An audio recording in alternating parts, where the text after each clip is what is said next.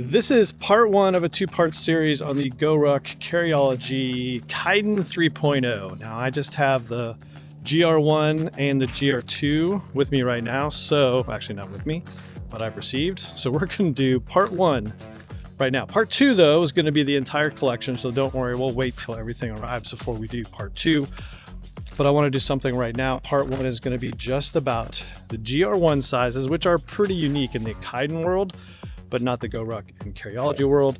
So we're going to get out all the other GR1s, the GRXC1, Dyneema, GRXC2, and a denim, Japanese denim. We're gonna put them all side by side, see how they look and compare by models and material choices. So this is really all about the recent material choices from GORUCK and Carryology, everything they put into it. So let's dive in to the GR1s, side by side, just the GR1s. Let's go.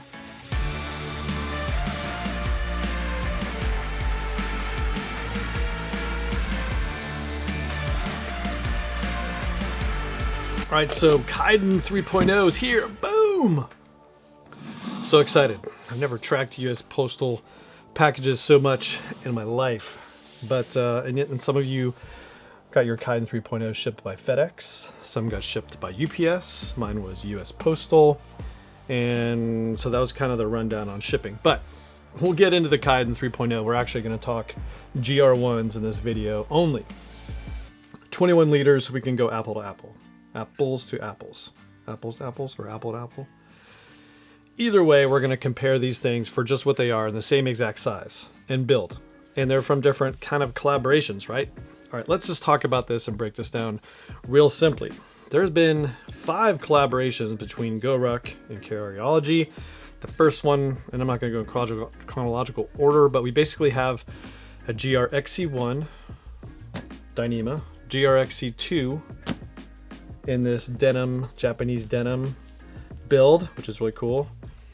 And then we'll have some other things on a GRXC3 that's been rumored. I'm not going to get into that. But then we've also had a Kaidan 1.0, Kaidan 2.0, and now Kaidan 3.0. The differences are the GRXC releases have been just GR1s. We had GR1s in both 21 and 26 liters.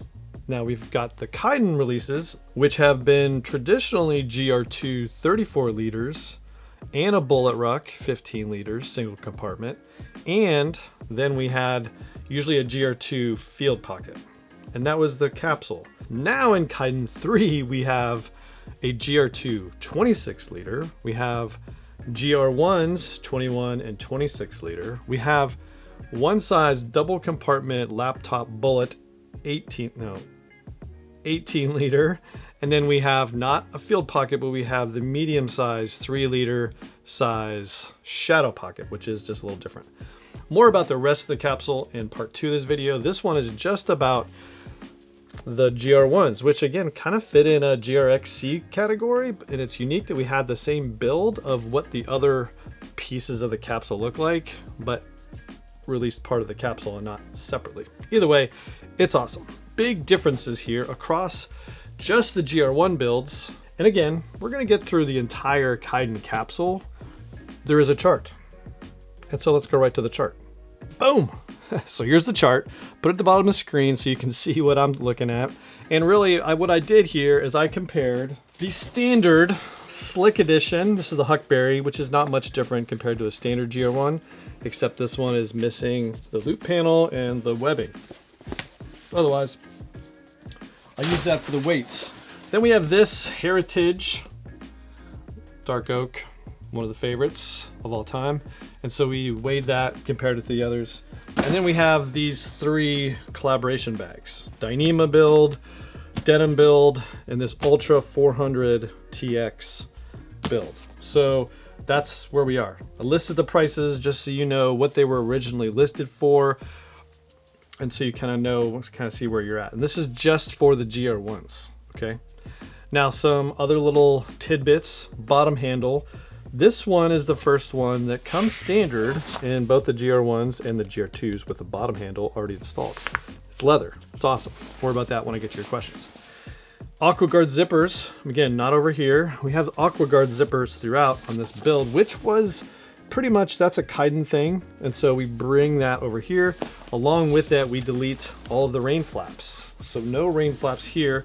That was one of people's biggest concerns and complaints with the original GRXC1 was a rain flap, and this Dyneema material kind of gets in the way. Same thing over here, people just kind of complain. Although they did a better job of sort of tapering this one a little better on the denim, but either way, they're not anywhere to be found over here. No rain flaps, that kind of thing, just without it with Aqua Guard zippers. So there you go, that's differences. Now weights, I've never seen so many questions about weights on a medium-sized backpack. These are not ultralight climb a mountain backpacks, but these are on your back, wear them around, and people made decisions on whether to acquire them or not based off weights. That's up to you, that's cool. But what I did here is I also listed the weights that they publish on the webpage, and then I actually weighed them. Got out my scale and just compared them all here completely empty. Now they all had their patches, so in some cases the patches make a difference in weight. But there you go. Oh, this one's titanium, and it's awesome. But anyway, the weights of the heaviest bags, the wax canvas bags, win in every category. In the leather, it just adds extra weight to the bag. So there you go. That's maybe a difference there. We also have leather on the bottom of this one, so potentially adding to the weight differences. But the lightest of the bags, and I'm talking about just because I'm the one who weighed them, the lightest of the bags is actually this Kaidan. Now the ultra material, no rain flaps, I don't know, but it is the lightest bag in my weight test. Next we go slick standard 1000D. The next on the weight is the GRXC1 Dyneema. Next on the list is the XC2, and then the Heritage being the heaviest. So there you go, that's the weights. That's on my scale, same scale, everything, so everything would be relative if they're a little bit off, but I've had no problems with my scale. It's pretty much brand new with new batteries. So there you go, that's weights. That's the chart. That's all I really care about, the chart. Now next what we're gonna do is we're gonna walk through, talk about colors and feature builds, and then I'm gonna get to your questions, because there was a lot of great questions. Some of them I'll reserve for the second part of this video, but I will speak to some that are applicable here. Now, like I've kind of already said multiple times, the big differences between these three bags is the outside material. And this Dyneema was groundbreaking at the time. This is a thicker weight Dyneema than you've seen other places, but it is cool. Now top handles across the board, leather on these two, and just a standard GORUCK padded handle on this design. Now the leather, again, I really haven't handled this too much. People have complained that maybe this is just a harder feeling leather. It does feel a little softer, more heritage-like over here on these builds compared to this, but I don't really notice much of a difference. It does look a little different, a little more matte than the glossy that was on the Samurai, so that's a little bit of a leather difference. Back panels are, you know, slightly different. The big thing that people talked about on this one is it's completely slick. Now, if you get the Dyneema builds that are not the GRXC builds, they actually have the webbing on them now, which is nice, but no webbing on the original. We do have webbing over here in the denim, and again, webbing over here on the Ultra, which is a really, really nice touch. None of them came with sternum straps, so I would definitely add a sternum strap to this one. More about that in a couple seconds. This one, I did add a sternum strap. I went to Thermo Liftworks and added one of their kits, which are super cool. Highly recommend theirs. I got them for all my Evergoods bags and this.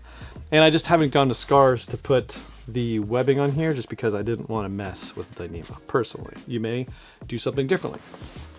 Since we're on the back panel, sort of in the back area, are these top pockets, which we all know and love.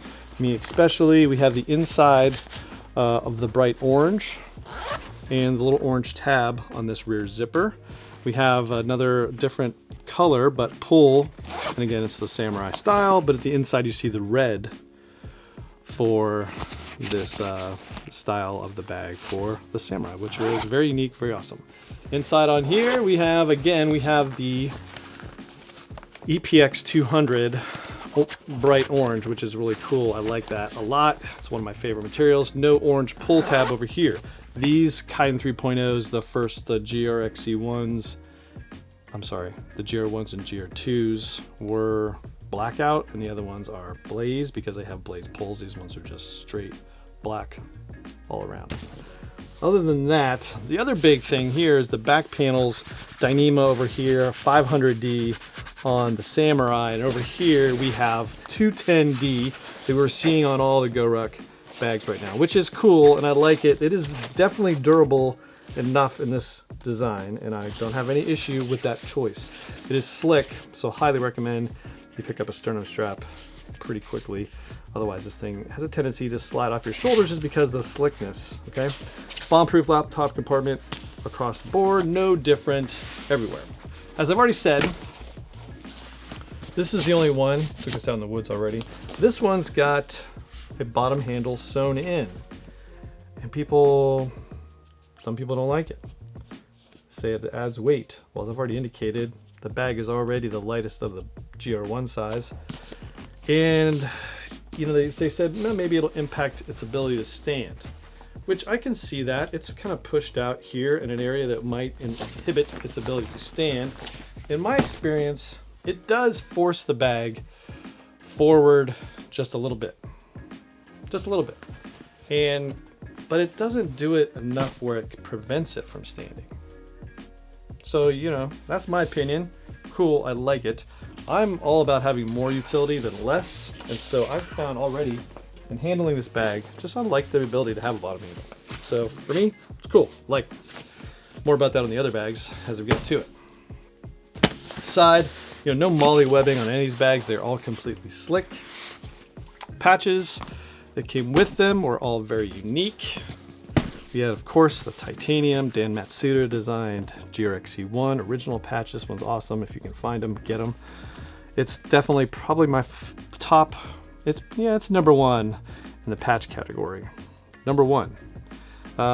This one, the Samurai, the bright red in that sort of armor class, it is very awesome. Definitely love this one. And then if you're one of the first 250 for this bag, you got a metal version there. So this one definitely is substantial. Actually it's thicker feeling, more substantial than the armor over here. So I'm a fan of this patch. Definitely happy that I got one of the first 250 orders. Since we're talking about the patches, and you know, this one might be a question you have is, what if you did get this? Does that mean you're also getting the other patch, or is it one or the other? Well, I got both patches. So I got two metal patches, one for my order of the GR1, one for my GR2, 26 liters, little preview there of what this looks like. No, real different. But I put the original patch on this one. So that's just the straight up leather patch that you would get if you're not the 250. Still a fantastic original patch design from the Kaidan version. So it's awesome. I like it. It's really cool. I like the metal versions, but this one's cool. But just so you know, if you're one of the first 250, you get both patches, the metal and the standard leather, which is, I think, a bonus that they didn't really talk about. All right, outside features, that's pretty much it. Now inside, as we'll see, they're very specific about what they put on the inside of these bags. Bright orange over here. This is a Cordura on the inside. And we have lots of orange throughout. The front of the back is mostly black, and then orange besides things in the back. Ta-da. Mostly black on the back panel of the original with some orange highlights. And this thing's been everywhere. It is just definitely cool. On the Kaidan, keep saying Kaidan, it's not the Kaidan. On the GRXC2 Samurai build, red on the inside, boom, and this very unique pattern that they're really coming out with a lot of different things. The tool kits, all that stuff had the same pattern, just like the red. It's a little different, right? It's nice. And that's the inside of a GRXC2. Definitely one of the best bags in the lot. And then on the Kaidan 3.0, we have a lot more orange, and it's that EPX 200, which is really nice. Bam! Oh, that's that big metal patch. So anyway, this has got the inside, this EPX200, of course, made in the USA, orange pulls on the inside. Let's get these field pockets out so we can see the rest of the inside. Totally orange all the time. So this is definitely the brightest inside that we've seen, at least in the GR1 sizes. The Kaidan versions were bright orange inside, but I love that we bring this to this design. This feels like an RVX25 to me, you know, because I love that one and the orange of the Unicorn 2.0. That's what I feel like. That's what it reminds me in here. And it is lined throughout, which is unlike at least the Dyneema, which is not lined throughout. This one is lined throughout with the red. And then we got this one. Nice. Standard GR1 inside. Molly webbing, little stretch pocket, all in the EPX 200. Bright orange. All right, that's what it looks like on the inside. That's how we compare them side by side. Let's get to your questions. All right, so again, I will do a full Kaidan capsule, all the pieces here in the coming days once I get all the pieces. But in the meantime, answering some of your questions specifically that I can get to here without the whole capsule. So let's get to it. How many metal patches did you get, and can I have one, please? Well, I'm not sure what I'm gonna do. I'm not sure what, we're gonna see what we get with the whole thing in one place, whether I keep all of them, I sell individual bags with the metal patches, I sell just the patches. I don't know. None of these bags were provided to me. I acquired them just like everybody else on drop day, so I'm not really sure what I'm gonna do. But right now you get, and for instance, I ordered one of each. I got a metal patch for each of the things that I ordered, which is nice. Did I happen to order 2 bullets? No, sorry, I didn't. How are the zippers? Now, the zippers, pretty easy. Now, no rain flap is a big plus. These are way different compared to the VX21 build GR1s, GR2s that we saw a while ago. Those zippers were super, super stiff. I don't experience, not even close. This is so much better. And they will loosen up over time, but they're nothing like the rigidity of those zippers from the VX21. Just so you know. How does the Ultra 400 compare to a 1000D? Can you drag a 400X Ultra behind your truck? No. I mean, I could. And believe me, if somebody wants to send me one, I surely will drag it, but I'm not dragging this one. In terms of how do they feel, way slicker, you know, how do they look? And that's one thing that's really hard to capture is how this bag looks. Right here, as I'm looking at it, it is shinier, which gives it a more gray appearance in certain lighting, but in others, it's just black. And it is that ultra black magic material, so you just got to be aware of that, but it just totally dependent on the lighting. It is, I would say, closer to the Dyneema in terms of feel, in terms of slickness, but in gloss, but it's not like super uber gray or anything like that where it doesn't look non-black. Now, comparing it to a 1000D, this is definitely more textured. How will it last? Well, you'll have to go to a material science guy and ask him which one will drag better. I'm guessing that based off the materials alone, this material will wear and be more indestructible compared to even a 1000D. But again, I'm not a material science guy, but that's how they compare a 1000D to Ultra 400 TX. Bottom handle, how useful is it? And again, I've already kind of talked about the standing feature. It essentially stands. I don't have any issues with it not standing because that handle's there. I do find the utility, again, just handling it for the short amount of time that I've had it, I do like it. And definitely on the larger bags, you're definitely going to be happy to have this because you're going to put this in overheads maybe, that kind of thing, maybe in the seat in front of you, but it's definitely something you want in the bigger bags. On this one, I think it's a plus. I don't care really either way. I wouldn't have been surprised or upset had they not put it on here, but it's here, so it's cool. I like it. I'm sort of agnostic about it, but now that I have it, sure, I love it. One question is, this was specifically about the GR2 Ultra versus the GR2 Dyneema, which is going to be better for the long run. And that kind of applies here as well. Really, either material. I don't think you can say which one's going to be better in the long run, because this one is original.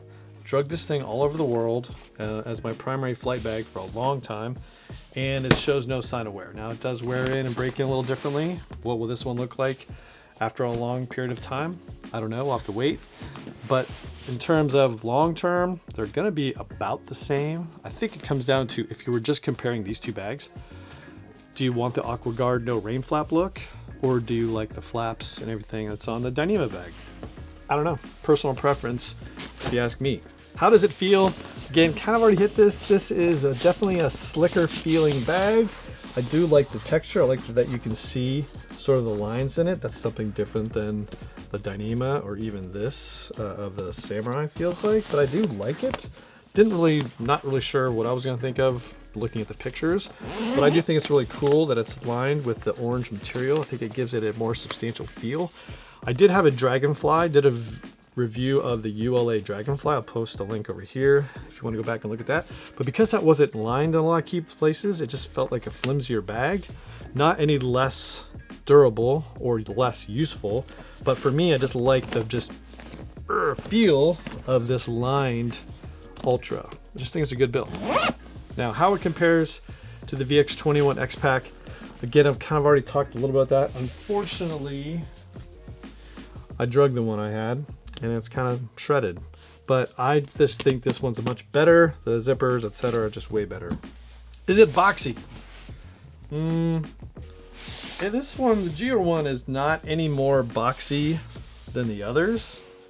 Now, when we get to, the bullets, that tends to make me think more boxy. This does have, it's rounded, but it's a classic shape. It's the GR1 shape, if you're familiar, and you will know, love, and like it. So there you go. That's your questions. Try to get to those. Thanks for asking them. If you have any more, definitely leave them in the comments here of this video, and I will try to get to them after this video. And maybe if between now and when the second one comes out. I'm not really sure when I'm going to get all the pieces and parts for the full collection of the Ultra. Could be tomorrow, could be after Christmas. I don't know. I would not wait for this video until Christmas. It's probably gonna be after Christmas that I get the full Kaidan video, but you never know, right? Anyway, that's the whole thing. That's Ultra Kaidan 3.0, just the GR1. So there you go. That's what I think of Kaidan 3.0 so far, just the GR1s. Now let's get on to the rest of those in the next video, probably in a couple days. I don't know, Christmas is kind of getting in the middle of this, making it a little more complicated, but we'll get to it. I promise. The entire Kaidan 3.0 collection all outlined for you to see what's good, what's bad, what's going to be a keeper, what's going to go back to maybe somebody else. Anyway, see you in the next video. Enjoy the outside, subscribe, do all the normal things to make this channel, get in front of your feed. See you in the next one.